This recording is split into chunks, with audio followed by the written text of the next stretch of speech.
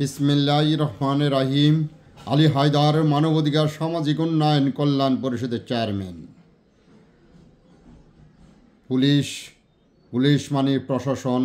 এই প্রশাসন হলো জনগণের জানমালের নিরাপত্তা দেওয়া, সিকিউরিটি গার্ডের মতো কাজ করা। অথচ তারা যারা মাদক বিক্রি করে তাদের থেকে চাঁদা নিচ্ছে, আর জনগণের সন্তান খারাপ হয়ে যাচ্ছে মাদকে আসক্ত হয়ে।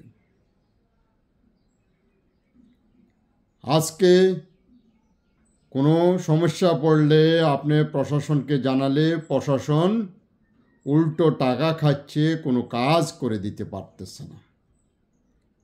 যে সরকার আসে সেই সরকারের গোলামি করতেছে এই প্রশাসন, তাদের সামসামি করতেছে, জনগণের পাশে দাঁড়ায় না। আমি মানবাধিকার তরফ থেকে আহ্বান করব, আপনারা ঐক্যবদ্ধ হন, সমাজকে পরিবর্তন করুন। আপনারা এখনও সময় আছে, ঐক্যবদ্ধ হন, মানবাধিকারের কর্মী হন। আজকে আমি জিম্মি আছি কিছু মোড়লের কাছে, প্রশাসনের কাছে, অথচ আপনার ব্যাড ট্যাক্সে তারা চলতেছে। এদের চাকরি যায় না, এরা চাকরি তাদের সময় পার হওয়া পর্যন্ত করে। এরা ঘুষ খায়, অন্যায় করে। সরকারি চাকরিজীবীরা যত অন্যায় করুক, কিন্তু তাদের চাকরি যায় না। তা আমি আহ্বান করব, আপনারা ঐক্যবদ্ধ হন, মানবাধিকার কর্মী হন। যারা অন্যায় করবে এদেরকে দৌড়ে দৌড়ে এদের চাকরির থেকে বরখাস্তর ব্যবস্থা করব ইনশাআল্লাহ। কারণ এরা জানে আমাদের চাকরি যায় না।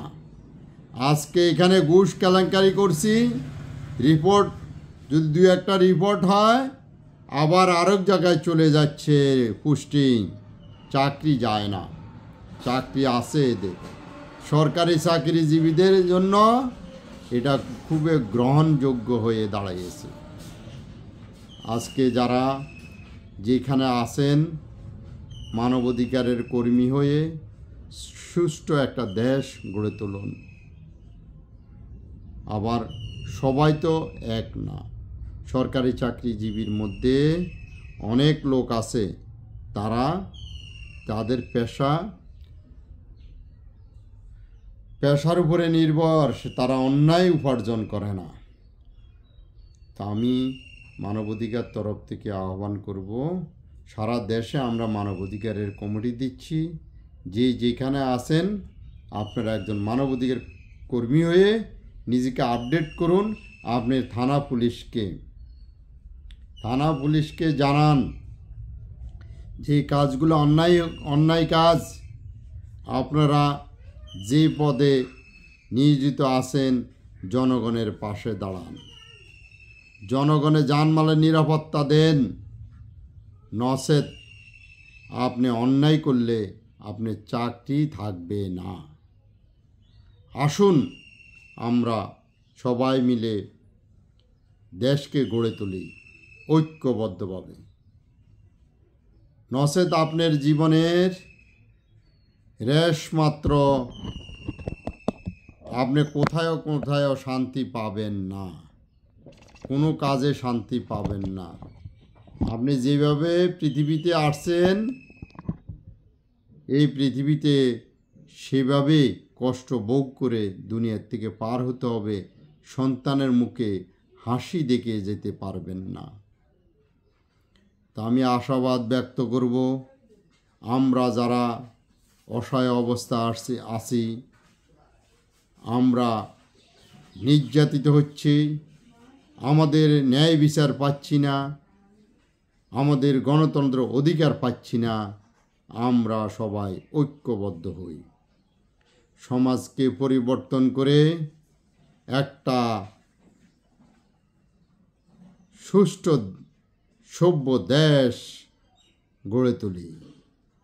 আসুন সবাই এক হয়ে কাজ করি। আজকে আমি আপনি কোথায়, কে কী অবস্থায় আছি সবাই ভালো করে জানেন। আজকে আপনার প্রান্তে, আপনার সেক্টরে আপনি কী অবস্থা আছেন আপনি জানেন।